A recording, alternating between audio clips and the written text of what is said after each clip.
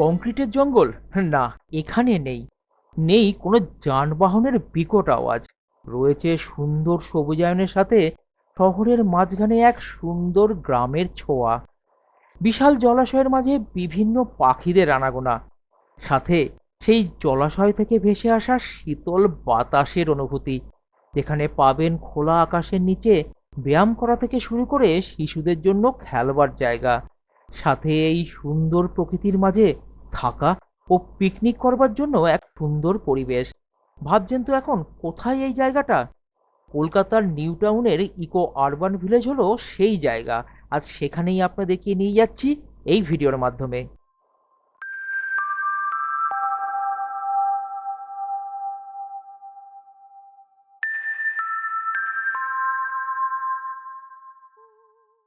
আবার অনেকদিন পর বেরিয়ে পড়েছি।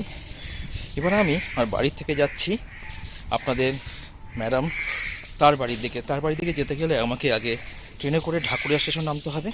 তারপর সেখান থেকে আমি গাড়ি করে তার বাড়ির দিকে যাব, তাকে নিয়ে আমরা একটা সুন্দর জায়গায় যাচ্ছি। হ্যাঁ চলুন আগে ঢাকুরিয়া পৌঁছাই, তারপর কথা হবে।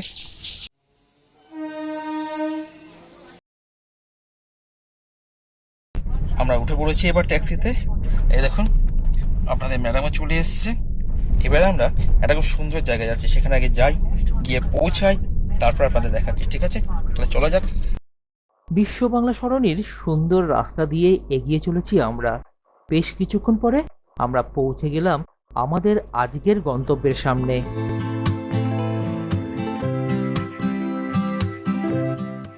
হ্যাঁ, আমরা এসে পৌঁছেছি কলকাতার নিউ টাউনের ইকো আরবান ভিলেজে, যেখানে পিকনিক থেকে শুরু করে অনেক টিভি সিরিয়ালেরও শুটিং হয়ে থাকে।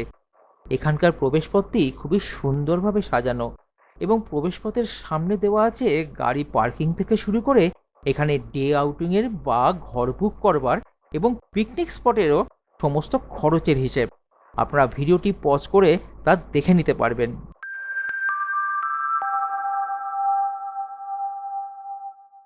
প্রবেশ মূল্য জনপ্রতি 10 টাকা দিয়ে টিকিট নিয়ে আমরা প্রবেশ করে গেলাম এই সুন্দর পরিবেশের মাঝে।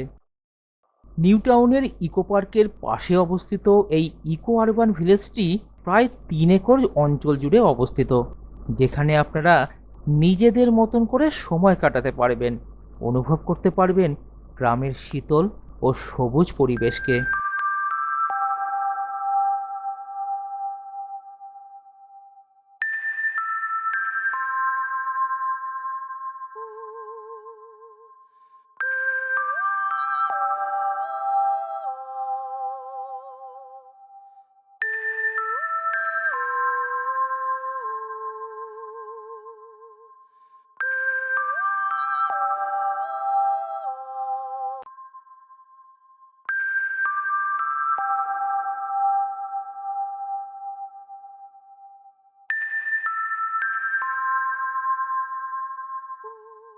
বন্ধুরা, ঢুকে গেছি ইকো আরবান ভিলেজের মধ্যে।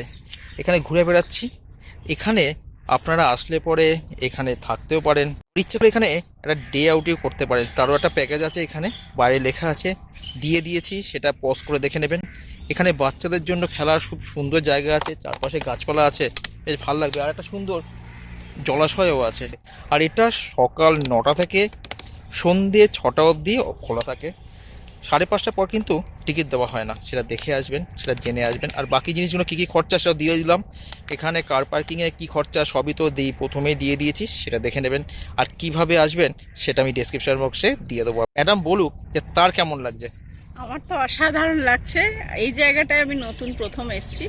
হ্যাঁ, খুবই ভালো লাগছে। এবং আপনাদের কাছে একটাই রিকোয়েস্ট, বেশি বেশি করে সাপোর্ট করবেন, শেয়ার করবেন আমাদের ভিডিওগুলো।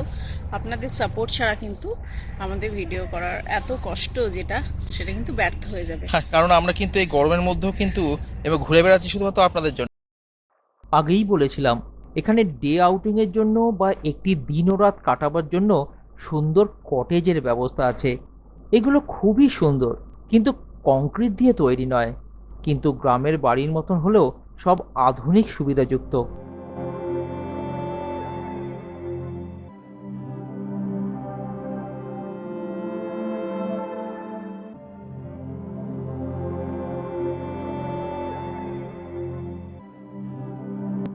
দূর থেকে একটা জিনিস লক্ষ্য করলাম, প্রতিটি গ্রামের একটি প্রাণকেন্দ্র থাকে, যাকে গ্রামের আখড়া বলা হয়।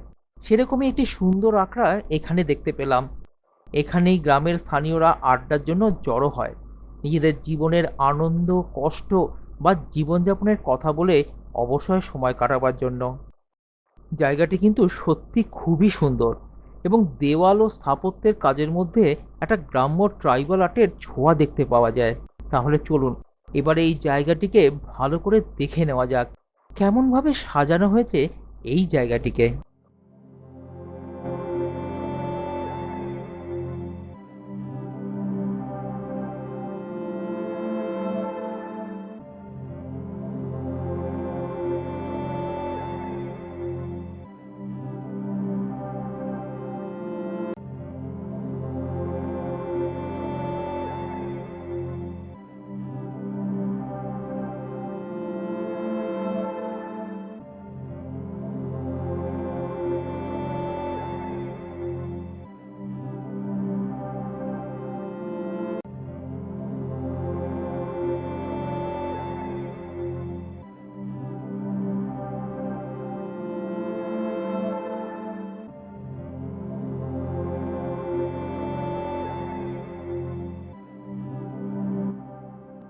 গ্রাম্য আড্ডার জায়গাটি থেকে বেরিয়েই একটু পাশেই দেখতে পেলাম প্রায় 23 একর জায়গা জুড়ে অবস্থিত একটি সুন্দর জলাশয়, যা প্রাকৃতিক গাছপালা দ্বারা বেষ্টিত এবং শহরের বিশৃঙ্খলা থেকে একটু শান্তি পাওয়ার এক আদর্শ জায়গা।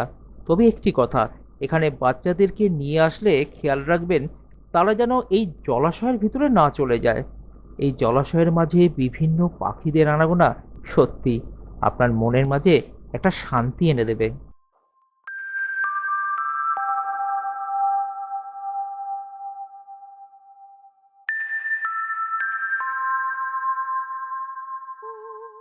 আগেই বলেছিলাম এখানে বাচ্চাদের জন্য খেলার জায়গাও রয়েছে, তাই সঙ্গে বাচ্চাদেরকে নিয়ে আসলে তারাও নিজেদের মতন করে আনন্দ করতে পারবে।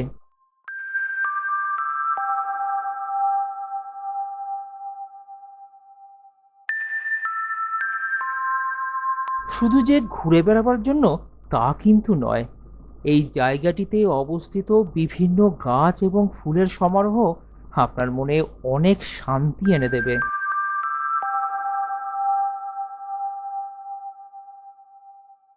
এখানে যে পিকনিক করবার ব্যবস্থা আছে সেটা আগেই বলেছিলাম। এই সেই জায়গাটি যেখানে আপনারা স্পট বুক করে পিকনিকও করতে পারবেন। এখানকার আরও একটি বিশেষ আকর্ষণ হলো ট্রাইবাল মিউজিয়াম। এটি দেখবার জন্য আলাদা করে কোনো টিকিট কাটতে লাগে না। ভিতরে অনেক সুন্দরভাবে ট্রাইবাল কালচার তুলে ধরা হয়েছে। এটি নিয়েও আলাদা ভিডিও খুব তাড়াতাড়ি নিয়ে আসবো আপনাদের সামনে।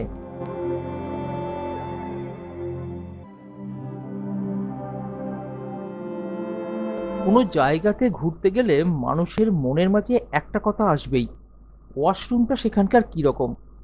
এখানে সেটির ব্যবস্থা খুবই ভালো, তা আমি নিজে গিয়ে দেখে নিয়েছিলাম।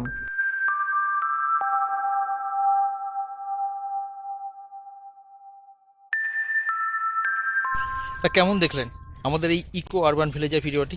আশা করি আপনাদের ভালো লেগেছে। এর পরের পর্বে আপনারা এখানকার যে ট্রাইবাল মিউজিয়ামটা আছে সেটা আপনাদেরকে দেখাবো। আশা করি আপনাদের ভালো লেগেছে। ফিরে আসছি আগামী ভিডিওতে। আর হ্যাঁ, আমাদের একটি ফেসবুক পেজ আছে সৌমেন উইথ মাদার বলে, সেটাকে একটু অবশ্যই লাইক করে দেবেন, ফলো করে দেবেন এবং নিজের বিশ্বস্ত এবং প্রিয় বন্ধুদের মধ্যে একটু শেয়ার করে দেবেন।